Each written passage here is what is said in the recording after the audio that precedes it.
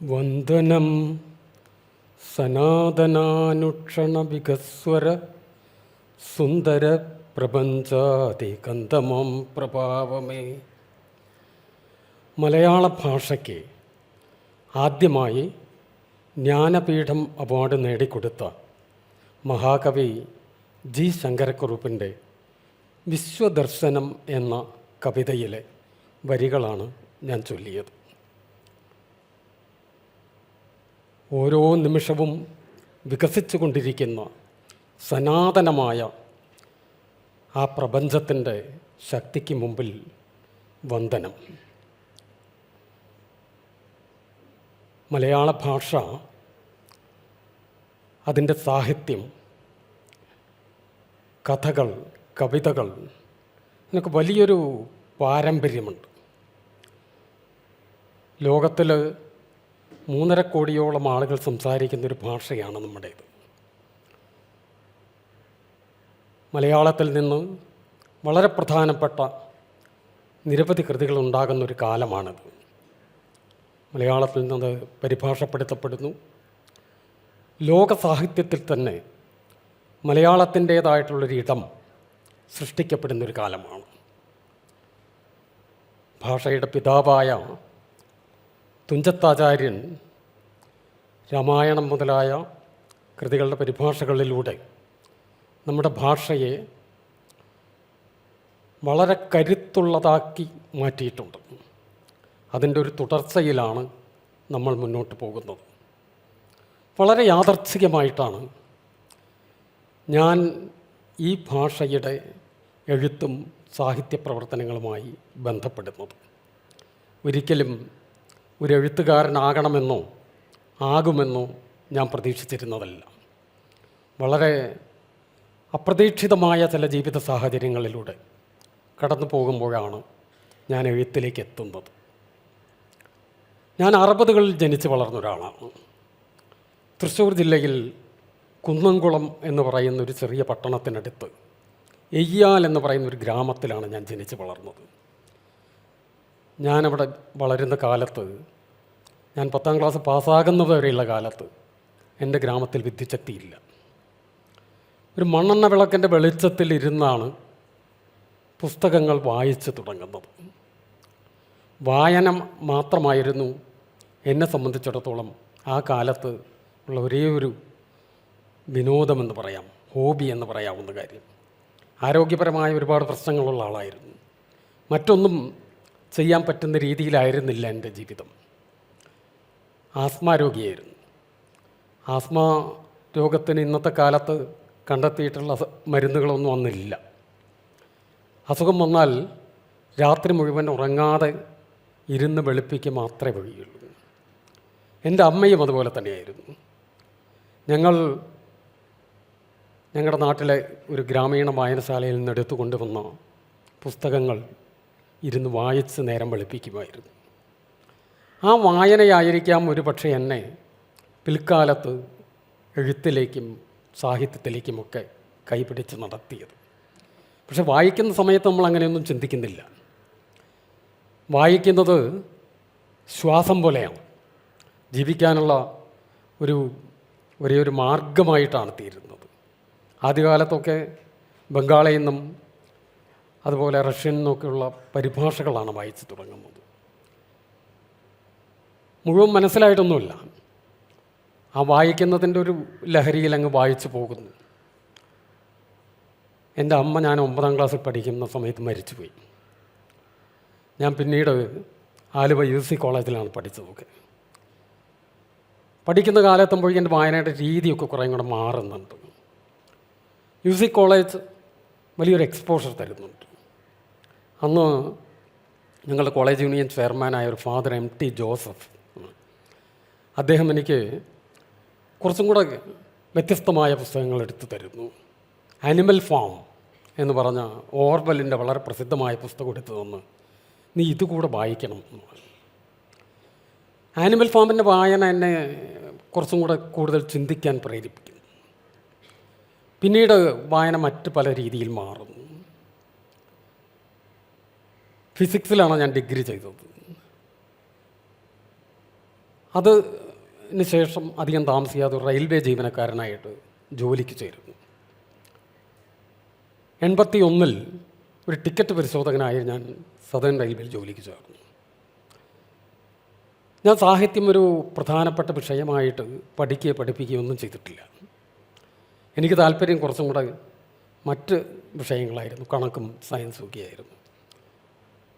Railway ജോലി കിട്ടിയതിന് ശേഷവും റെയിൽവേ എന്നൊരു സ്ഥാപനത്തിൻ്റെ പ്രവർത്തനം എങ്ങനെ കുറച്ചും കൂടെ മെച്ചപ്പെടുത്താമെന്നുള്ള അത്തരം മേഖലകളിലാണ് കൂടുതൽ ഞാൻ പ്രവർത്തിച്ചിരുന്നത്. പല കാര്യങ്ങളും അതിൽ ചെയ്യാൻ പറ്റിയിരുന്നു. പക്ഷേ കുറച്ച് കഴിഞ്ഞപ്പോൾ ഒരു 5-6 വർഷമൊക്കെ കഴിഞ്ഞ സമയത്ത് കുറച്ചും കൂടെ പഠിക്കേണ്ടതായിരുന്നു എന്നൊരു ചിന്ത വരുന്നു. ഞാൻ അതുവരെ പഠിച്ചിരുന്ന വിഷയം എനിക്ക് മുന്നോട്ട് കൊണ്ടുപോകാൻ പറ്റുന്നില്ല. ഫിസിക്സാണത്, ലാബും ഒക്കെയുള്ള കാര്യങ്ങളാണ്. ഒരു റെയിൽവേ ജോലിക്കാരനായിട്ടിരുന്ന് പഠിക്കാൻ പറ്റില്ല. ഞാൻ എക്കണോമിക്സിലേക്കാണ് തിരിയുന്നത്. പോസ്റ്റ് ഗ്രാജുവേഷൻ മദ്രാസ് യൂണിവേഴ്സിറ്റിയിൽ നിന്ന് എക്കണോമിക്സിൽ ചെയ്യുന്നു. പിന്നീട് ട്രാൻസ്പോർട്ട് എക്കണോമിക്സ് പഠിക്കും, റെയിൽവേ സംബന്ധമായ കാര്യങ്ങളൊക്കെ ആയിട്ട്. തുടർന്ന് 90കളിലേക്കൊക്കെ എത്തുമ്പോൾ അക്കാലത്തെ ഏതൊരു ചെറുപ്പക്കാരനെയും പോലെ വലിയൊരു ദാർശനിക പ്രതിസന്ധിയിൽ അകപ്പെടുന്നുണ്ട്. അതിന് പ്രധാനപ്പെട്ട കാരണം 90കളുടെ തുടക്കത്തിൽ സംഭവിക്കുന്ന സോവിയറ്റ് യൂണിയൻ്റെ ഒരു കൊളാപ്സാണ്. അതുവരെയൊക്കെ എല്ലാവിധ പ്രശ്നങ്ങൾക്കും പരിഹാരമാകും എന്നൊക്കെ ചിന്തിച്ചിരുന്ന ചില സംവിധാനങ്ങൾ തകർന്നടിയുമ്പോൾ വലിയൊരു ഷോക്ക് ഉണ്ടാകുന്നുണ്ട്. ആ സമയത്ത് സോവിയറ്റ് യൂണിയൻ കൊളാപ്സ് ആവുകയും ഇപ്പുറത്ത് ഏകദേശം അതേ പ്രത്യയശാസ്ത്രങ്ങളുമായി മുന്നോട്ട് പോകുന്ന പീപ്പിൾസ് റിപ്പബ്ലിക് ഓഫ് ചൈന വലിയ പ്രശ്നങ്ങളില്ലാതെ മുന്നോട്ട് പോവുകയും ചെയ്യുന്നു. ഞാൻ എൻ്റെ ഗവേഷണ വിഷയമായിട്ട് തിരഞ്ഞെടുത്തത് ഡെങ് സിയാവോപിങ് ചൈനയിൽ 77 മുതൽ 87 വരെ നടപ്പാക്കിയ സാമ്പത്തിക പരിഷ്കാരങ്ങളെക്കുറിച്ചാണ്. 87 ടൈം വാരികയുടെ മാൻ ഓഫ് ദി ഇയർ ആയിരുന്നു ഡെങ് സിയാവോപിങ്. ഇന്നത്തെ പീപ്പിൾസ് റിപ്പബ്ലിക് ഓഫ് ചൈനയുടെ സാമ്പത്തികമായ അടിത്തറ ഉറപ്പാക്കുന്നത് 77 മുതൽ 87 വരെ അദ്ദേഹം നടപ്പാക്കിയ ഭരണപരിഷ്കാരങ്ങളാണ്, സാമ്പത്തിക രംഗത്തെ പരിഷ്കാരങ്ങളാണ്. ഞാൻ ഒരു റെയിൽവേ ജീവനക്കാരനായി ഇരുന്നു കൊണ്ട് ചെയ്യാൻ പറ്റുന്ന ഒരു വിഷയമായിരുന്നില്ല അദ്ദേഹത്തിൻ്റെ സാമ്പത്തിക പരിഷ്കാരങ്ങളെക്കുറിച്ച് പഠിക്കുക എന്ന് പറയുന്നത്. കുറച്ചുകൂടെ സൗകര്യങ്ങളുള്ള, അല്ലെങ്കിൽ വളരെയധികം സൗകര്യങ്ങളുള്ള, ഇപ്പോൾ ലണ്ടൻ സ്കൂൾ ഓഫ് എക്കണോമിക്സോ അത്തരം വലിയ സ്ഥാപനങ്ങളിൽ മുഴുവൻ സമയ ഗവേഷകനായിരുന്നു ചെയ്യേണ്ട കാര്യങ്ങളായിരുന്നു. ഒരു 2-3 വർഷം മുന്നോട്ട് പോകുമ്പോൾ ഞാനത് തിരിച്ചറിയുന്നുണ്ട്. എനിക്ക് മുന്നോട്ട് പോകാൻ ബുദ്ധിമുട്ടുകളുണ്ട്. എനിക്ക് ഒരു 3 വർഷത്തിന് ശേഷം അത് പാതിയിൽ വെച്ച് ഉപേക്ഷിക്കേണ്ടി വരും. തൊഴിൽപരമായ ചില കാര്യങ്ങളുണ്ടാകുന്നു. ഞാൻ ടിക്കറ്റ് പരിശോധകൻ എന്നുള്ള എൻ്റെ ജോലിയിൽ നിന്ന് റെയിൽവേയിൽ ഗാർഡ് എന്നുള്ള ജോലിയിലേക്ക് മാറുന്നു. പല കാരണങ്ങളുണ്ട്, അത് അത്ര പ്രസക്തമല്ല. ഞാൻ ഗുഡ്സ് ട്രെയിനുകളുടെ ഗാർഡായിട്ടാണ് ആ സമയത്ത് മാറുന്നത്. നിങ്ങൾ ഗുഡ്സ് തീവണ്ടികൾ പോകുമ്പോൾ ശ്രദ്ധിച്ചാൽ അറിയാം, അതിൻ്റെ ഏറ്റവും പുറകിൽ ഒരു ബോഗിയിൽ ഒരാൾ ആ വണ്ടിയുടെ ഗാർഡായിട്ടിരിക്കുന്നുണ്ടോ. ഞാൻ 92 മുതൽ 95 വരെയുള്ള കാലത്താണ് ആ ജോലി ചെയ്തിരുന്നത്. അക്കാലത്ത് ഇന്നത്തെ പോലെ കമ്മ്യൂണിക്കേഷൻ സംവിധാനങ്ങളില്ല, മൊബൈൽ ഫോണോ വാക്കി ടോക്കിയോ ഒന്നുമില്ല. നമ്മൾ ഏകാന്തമായി 70-ലേറെ വാഗണുകൾക്ക് പുറകിൽ ഒറ്റയ്ക്കിരിക്കുകയാണ്. നമ്മുടെ പുറം ലോകമായിട്ട് ഒരു ബന്ധമില്ല. 10-12 മണിക്കൂറൊക്കെ ജോലിയുണ്ടാവും. ആ വാഗണകത്ത് വെളിച്ചമില്ല, വെള്ളമില്ല, യാതൊരു സൗകര്യമില്ല. വളരെ ദുരിതമയമായൊരു കാലമായിരുന്നു അത്. ഞാൻ 3 കൊല്ലത്തിലേറെ കാലമേ അത് ജോലി ചെയ്തിട്ടുള്ളൂവെങ്കിലും നമ്മൾ ഒരു ഏകാന്ത തടവിൽ അകപ്പെട്ട അവസ്ഥയിലായിരിക്കും.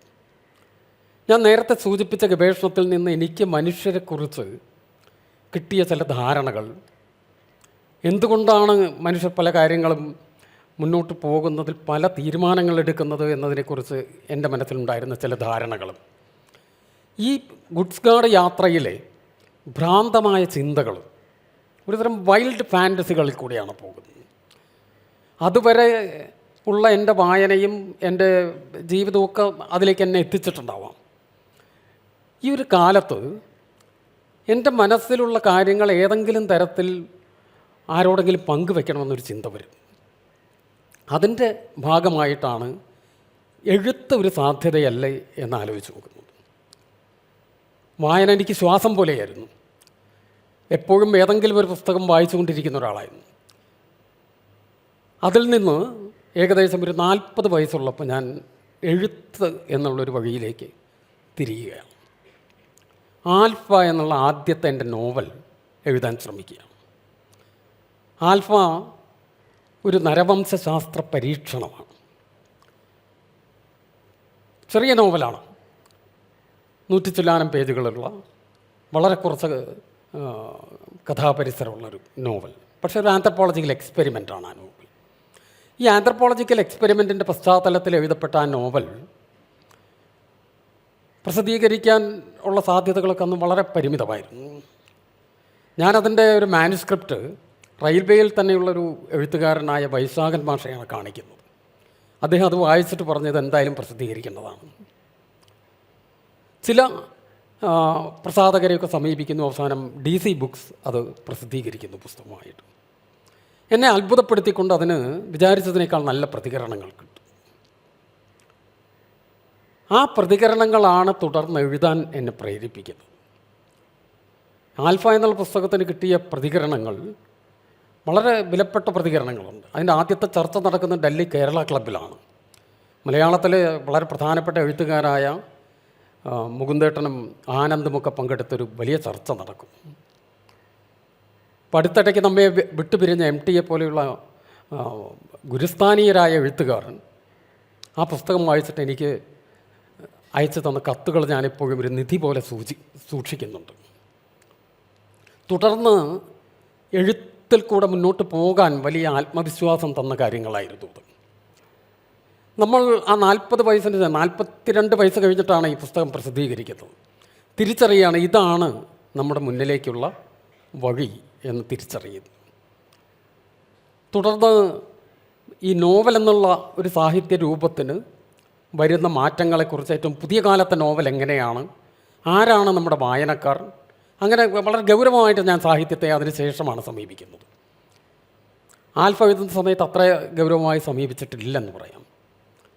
ഞാൻ ആർക്ക് വേണ്ടിയിട്ടാണ് എഴുതുന്നത്, എൻ്റെ വായനക്കാരാണ് ആരാണ്, ഏത് തരത്തിലാണ് അവരിലേക്ക് എനിക്ക് കമ്മ്യൂണിക്കേറ്റ് ചെയ്യാൻ പറ്റുക, നോവൽ ഈ പുതിയ കാലത്ത് 21-ാം നൂറ്റാണ്ടിൽ എങ്ങനെയാണ് മുന്നോട്ട് പോകുന്നത്, ഇത്തരം കാര്യങ്ങളെക്കുറിച്ച് പരമാവധി അന്വേഷണങ്ങൾ നടത്തുകയും അതിൻ്റേതായ ഒരു പശ്ചാത്തലത്തിൽ എൻ്റെ എഴുത്ത് രീതി കുറേ മാറ്റം ചെയ്യുന്നുണ്ട്.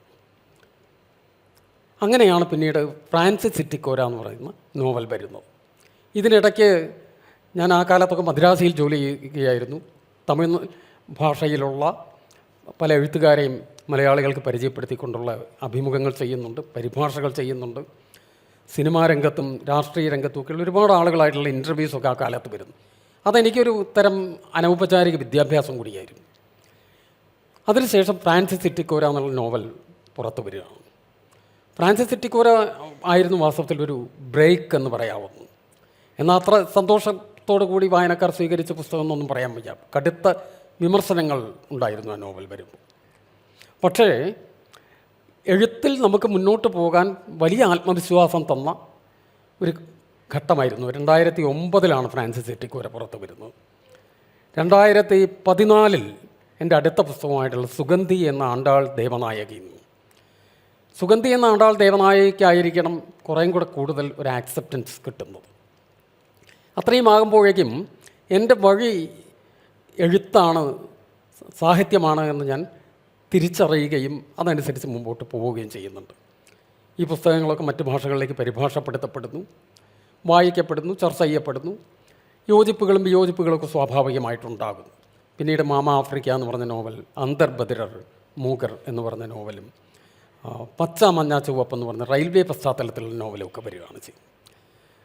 ഞാനൊരു എഴുത്തുകാരനാകുന്നത് ഞാൻ മറ്റ് എൻ്റെ തലമുറയിൽപ്പെട്ട എഴുത്തുകാരേക്കാൾ വളരെ വൈകി, ഒരു 40 വയസ്സിനൊക്കെ ശേഷം ഒരു പ്രത്യേക സാഹചര്യത്തിലാണെന്ന് അതാണ് ഞാൻ പ്രധാനമായിട്ട് സൂചിപ്പിക്കാൻ ഉദ്ദേശിച്ച കാര്യം. നമ്മൾ നമ്മുടെ വഴി ഏതാണ് എന്ന് തിരിച്ചറിയുന്ന ഒരു നിമിഷം ഓരോ വ്യക്തിയുടെ ജീവിതത്തിലുണ്ടാകും. അത് തിരിച്ചറിഞ്ഞതിന് ശേഷമാണ് നമുക്ക് മുന്നോട്ട് പോകാൻ കഴിയുക. ഇന്നത്തെ തലമുറയ്ക്ക് കുറച്ചും കൂടെ അതിനുള്ള സൗകര്യമുള്ള ആളുകളാണ് നിങ്ങൾ പലരും. ഞങ്ങളൊക്കെ 60കളിലും 70കളിലും ഒക്കെ വളർന്നവരെ സംബന്ധിച്ചിടത്തോളം മുമ്പിൽ അധികം തിരഞ്ഞെടുപ്പിനുള്ള സാധ്യതകളില്ല. എന്ത് ജോലി കിട്ടിയാലും സ്വീകരിക്കും, ഏത് വഴി കൂടി എങ്ങനെയെങ്കിലും ജീവിക്കണമെന്ന്. പക്ഷേ 21-ാം നൂറ്റാണ്ടിലെ ചെറുപ്പക്കാരെ സംബന്ധിച്ചിടത്തോളം അവർക്ക് കൃത്യമായിട്ടുള്ള ധാരണകളുണ്ട്, ധൈര്യമായിട്ട് മുന്നോട്ട് പോകാൻ കഴിയും. അപ്പം നമ്മുടെ വഴി ഏതാണ് എന്ന് തിരിച്ചറിയുന്നതാണ് ഒരു മനുഷ്യനെ സംബന്ധിച്ചിടത്തോളം ഏറ്റവും പ്രധാനപ്പെട്ട കാര്യമെന്ന് ഞാൻ വിശ്വസിക്കുന്നു. അതുപോലെ തന്നെ സാഹിത്യം എന്നുള്ളൊരു മേഖലയിലേക്ക് വരുമ്പോൾ ഏറ്റവും പ്രധാനപ്പെട്ട 2-3 കാര്യങ്ങൾ കൂടിയുണ്ട്. ഭാഷയാണ് ഒരു മാധ്യമം, ഭാഷയാണ് ഒരു എഴുത്തുകാരൻ ഉപയോഗിക്കാൻ കഴിയുന്ന കാര്യം. വാക്കുകളാണ് ഒരു ആയുധമായിട്ട് മാറുന്നത്. പക്ഷേ ഈ ഭാഷയും അതിൻ്റെ പ്രാഥമിക ഘടകമായിട്ടുള്ള വാക്കുകളുമൊക്കെ കയ്യിലുണ്ടെങ്കിലും മുന്നോട്ട് പോകേണ്ടത് ഒരു ഉന്മാദ സമാനമായ ഭാവനയുടെ സാധ്യതകളിൽ കൂടിയാണ്. അതാണ് സാഹിത്യത്തിലേക്ക് താക്കോൽ.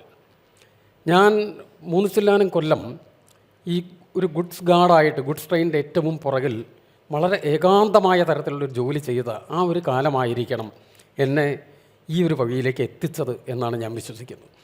അല്ലെങ്കിൽ അത്തരത്തിൽ ചിന്തിക്കാവുന്നൊരവസ്ഥയിലേക്ക് എത്തില്ല. സാഹിത്യം യുക്തി ഉപയോഗിച്ച് നിർവഹിക്കുന്ന കാര്യമല്ല, യുക്തിക്കപ്പുറത്ത് ഭാവനയുടെ സാധ്യതകളിലേക്കാണ് എപ്പോഴും പോകുന്നത്. ഭാവന നമ്മളെ വലിയ സന്തോഷങ്ങളിലേക്ക് എത്തിക്കും. നമ്മൾ സൃഷ്ടിക്കുന്ന കഥാപാത്രങ്ങൾ നമ്മൾക്ക് തന്നെ വളരെ പരിചിതരായിട്ടുള്ള ആളുകളായിട്ട് മാറും. ഇപ്പോൾ ഫ്രാൻസിസ് സിറ്റിക്കോര എന്ന് പറയുന്നത് ഒരു ജീവിച്ചിരുന്ന വ്യക്തിയൊന്നുമല്ല, ഞാനായിട്ട് സൃഷ്ടിച്ചൊരു കഥാപാത്രമാണ്. ഇപ്പോൾ ജീവിച്ചിരിക്കുന്ന ഒരു വ്യക്തിയേക്കാൾ കൂടുതൽ എനിക്ക് പരിചയമുള്ള ഒരാളായിട്ട് മാറും. അല്ലെങ്കിൽ സുഗന്ധി എന്ന ആണ്ടാൾ ദേവനായകിയിലെ ദേവനായകിയോ, മാമ ആഫ്രിക്കയിലെ താരാ വിശ്വനാഥാണെങ്കിലും, അന്തർബദിരർ മൂഗർ എന്നുള്ള നോവലിലെ ഫാത്തിമ നിലോഫർ ആണെങ്കിലും ഒക്കെ നമ്മൾ ഭാവനയിൽ സൃഷ്ടിച്ചെടുക്കുന്ന കഥാപാത്രങ്ങൾ നമ്മൾക്കേറെ പരിചിതരായിട്ട് മാറുന്നൊരവസ്ഥ വരും. എഴുത്തിലെ ഏറ്റവും സന്തോഷകരമായ നിമിഷങ്ങൾ എഴുത്ത് തന്നെയാണ്. നമ്മൾ സമാന്തരമായിട്ട് ഒരു ജീവിതം കൂടി ജീവിക്കും. അപ്പോൾ സാധാരണ ഒരു മനുഷ്യനെ പോലെ ജീവിക്കുന്ന അതേ സമയത്ത് തന്നെ നമ്മൾ ഭാവനയുടേതായ നമ്മൾ സൃഷ്ടിച്ചെടുക്കുന്ന ലോകത്തിൽ സമാന്തരമായൊരു ജീവിതം ജീവിക്കും. ആ നിമിഷങ്ങളിൽ നമ്മളുടെ കഥാപാത്രങ്ങൾ, നമ്മൾ സൃഷ്ടിച്ചെടുക്കുന്ന ഒരു ലോകം, ആ ലോകത്തിലൊരു ജീവിതം, അതിലെ സന്തോഷങ്ങൾ, അതിലെ സങ്കടങ്ങൾ, ഇതെല്ലാം നമ്മളെ കൂടുതൽ കൂടുതൽ ആനന്ദത്തിലേക്ക് എത്തിക്കും. എഴുത്ത് തന്നെയാണ് അതിലെ ഏറ്റവും സന്തോഷകരമായിട്ടുള്ള കാര്യം. എൻ്റെ വാക്കുകൾ അവസാനിപ്പിക്കുന്നു. നിങ്ങൾക്ക് നമസ്കാരം.